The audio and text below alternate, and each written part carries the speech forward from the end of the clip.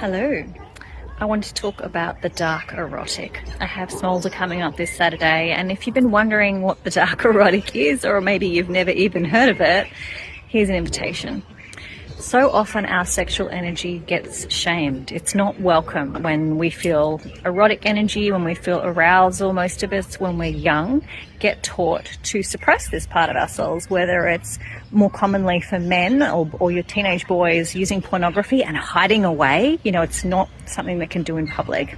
Not being allowed to touch ourselves or connect with our own body, or just not being able to express it. For women, it's often shame around being slutty and expressing the parts of us that desire that kind of connection, yet don't always have a safe way or a safe place in order to express it.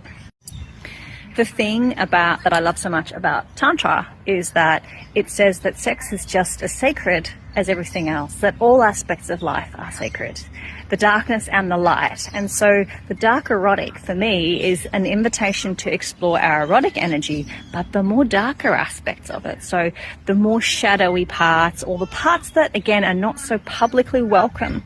What you do in the privacy of your own home is one thing, but what you do when you're wanting it to expand your capacity as a sexual being, whether it's expressing more seductive capacities, expressing more dominance, or just finding where you sit on the spectrum of all of that, is what we'll be exploring at Smoulder. If you would like to come, it's this Saturday night at West End. I have tickets left for single ladies and couples. Send me a PM if you have questions. I'd love to see you there.